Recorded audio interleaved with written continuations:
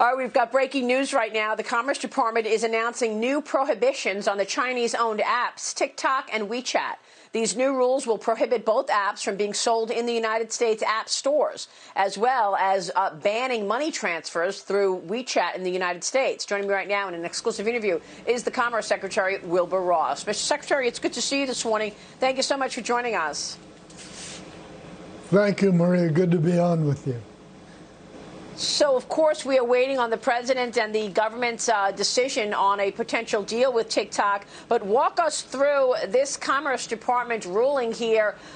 These are separate from the ongoing negotiations between Oracle and TikTok, correct? Yes, the ongoing negotiations between TikTok and CFIUS, of which Commerce is a part, are separate from these rules. These rules are put out in connection with Executive Orders 13942 and 13943, dealing respectively with TikTok and WeChat. So the Commerce Department is going to be banning transactions relating to the mobile applications. Tell me what this means as far as TikTok and WeChat. I mean, could this be turned or overturned once we get details on a plan with Oracle and Walmart? Because this latest plan has Oracle and Walmart, along with existing American investors, taking ownership of the app's U.S. operations. Right. We understand the CEO of Walmart, Doug McMillon, will also get a seat on the board. Right. TikTok would also reportedly file for an IPO in the next 12 months. Right. Well, there are two separate situations.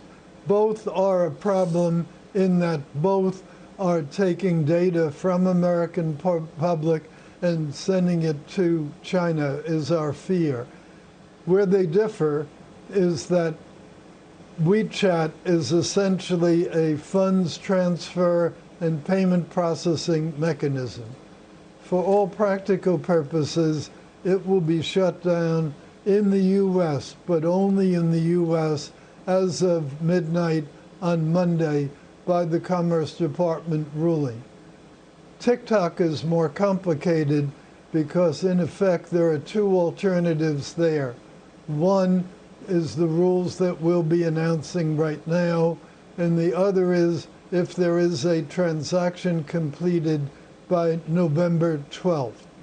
The original orders required Commerce Department to promulgate these rules in the Federal Register by September 20th. The 20th is Sunday. Federal Register doesn't publish on Sunday, doesn't publish on Saturday. That's why we're publishing them today.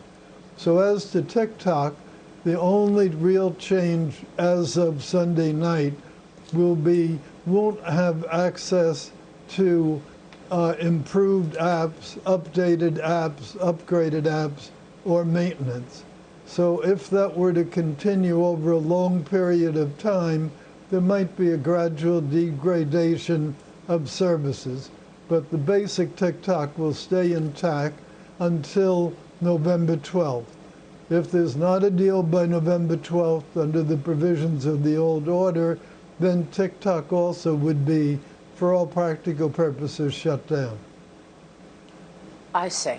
So you are making this in response, obviously, to the president's executive order, but also the fact that, as you just said, the worry is that the CCP is stealing data. Tell us what they're doing exactly, Wilbur. You know, people look at these social media apps and say, well, how could this really be that dangerous? But there's actually a lot of danger related to it. Can you walk us through it? Well, surely. What they collect are data on locality, data on what you're streaming toward, what your preferences are, what you're referencing. Every bit of behavior that the American side is indulging in becomes available to whoever is watching on the other side. And as you know, China has been taking all kinds of data from all sorts of internet activities, and that's what we're trying to squelch.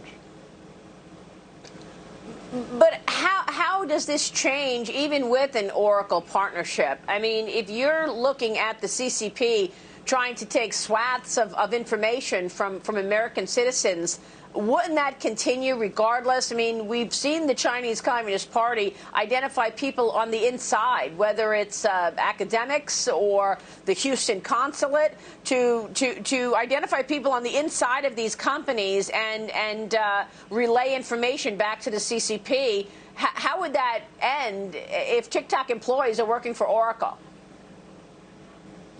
Well, there's no way a rule as such can prohibit bad behavior on the part of individuals.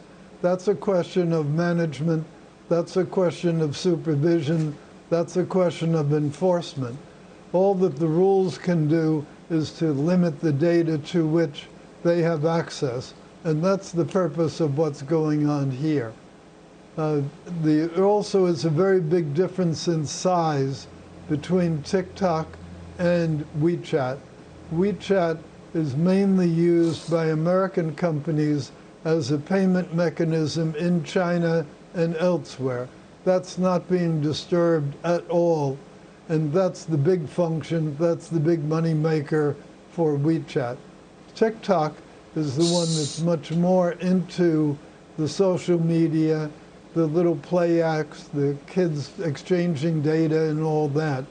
And so it's a much more complicated thing. And I think that's part of the reason that the deals are potentially more complicated. It's both bigger and a more complex interface with the American public. So I want to ask you about the airline CEOs, but one more question on this. The U.S. is going to be blocking TikTok and WeChat downloads beginning on Sunday. Are you expecting retaliation from China? Well, remember, it's not doing the same thing.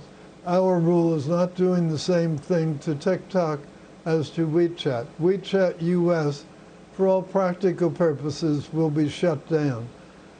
As to TikTok, it's just upgrades, maintenance, things like that, that would be shut down at this stage.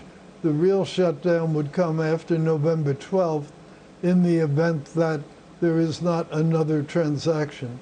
So it's very different the way the two are being handled, and that reflects the quantitative and qualitative differences between the two apps. Right. Yeah. No, I understand. But do you think the CCP is going to retaliate? Yeah. Well, that's up to them. But as to the airline question that you also asked, right now under the $25 billion, the CEOs are going to be meeting with White House Chief of Staff.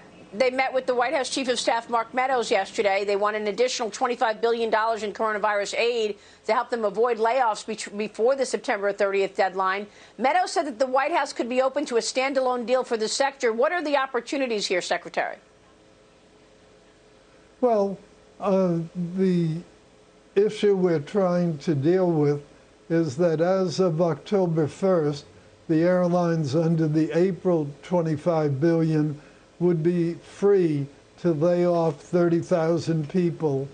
We don't want that to happen for obvious reasons. Airline traffic is running about 30% of what it had been a year earlier, and it's really no fault of the airline. It's a fault of the coronavirus. So the reason White House might be receptive to a standalone deal is that it's not right to punish the airlines differentially because of coronavirus. We think coronavirus is soon going to have vaccines in any event, but we've got to bridge the airlines, got to bridge their employees if we can through that period. So that would be the purpose of the additional $25 billion. Understood. What about the farmers, Secretary? The president also announced new aid for farmers during his rally in Wisconsin yesterday. Here's what he said. Starting next week, my administration is committing an additional, you've been asking for this for a long time, $13 billion in relief to help farmers recover from the China virus, including Wisconsin's incredible dairy, cranberry, and ginseng farmers who got hurt badly. Been after that money for a long time. Secretary, the farmers as well getting aid here. You know, a lot of people saying, look, what other industries are there poised to need money? There are a lot of them. Why the farmers more money there as well? Well, the farmers really deserve it for the same reason as the airlines may. This is not a problem of their making. This is a problem created by the export from China of the coronavirus to the U.S. and earlier some of the constraints that China had put on agricultural trade.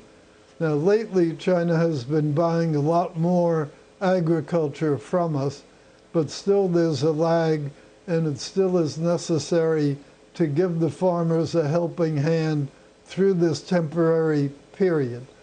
The farmers really don't want aid. What they want is trade, and we hope as we come out from under the coronavirus, and if China continues to honor its Phase 1 agreement, we hope they will get trade instead of aid. Right, but I mean, there are other industries that could say the same thing, right? I mean, it wasn't the restaurants' fault that they had to shut down. Will the government be giving the restaurant industry money? Well, the restaurants, as you know, got protected in a different way.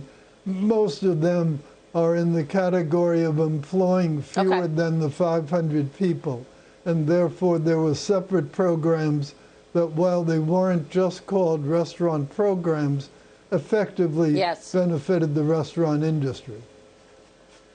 All right, we will leave it there. Secretary, it's good to see you this morning. Thanks very much for walking us through all of that.